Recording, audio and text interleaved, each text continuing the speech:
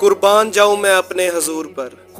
एक बार हजूर सल्लल्लाहु अलैहि वसल्लम ने इज़राइल से पूछा, ए इज़राइल, तुम जान कैसे निकालते हो?